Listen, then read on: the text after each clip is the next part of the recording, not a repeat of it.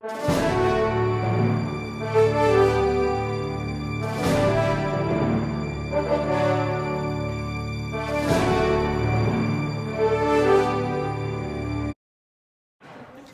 var det at leve i Romerriget? Hvem tog beslutningerne? Det finder vi ud af.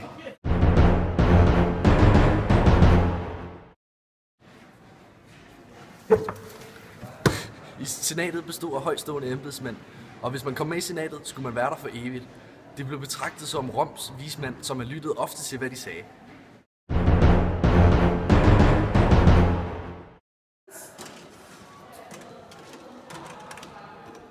De to vigtigste embedsmænd var konsuler. Konsulerne havde ret til at give ordre. Det var også dem, der bestemte i senatet. De normale embedsmænd tog sig af de daglige ting som lov og orden og finanser. Og så var der censurembedet. Det var nok det vigtigste embede. Det var dem, der tog sig af at inddele folket i klasser.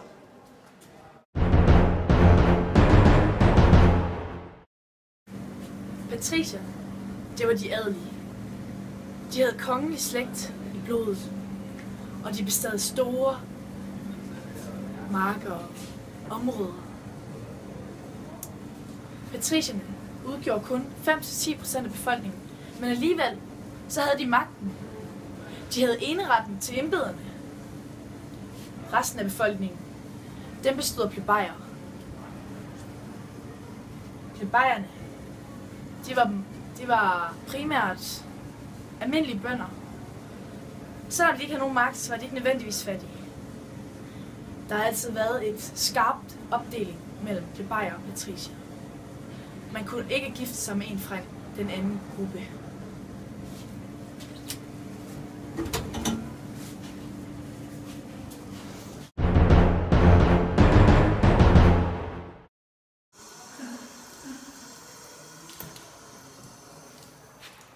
Censurieforsamling var den lovgivende og den juridiske magt i Romerrigets republiktid. Censur kommer af 1200, og det kommer fra en gammel militærformel, hvor man inddelte 100 mænd i hver deres gruppe, når de skulle føre krig. Og dem, der må stemme til det her forsamling, det er de gamle mænd, der har været i krig for Rom.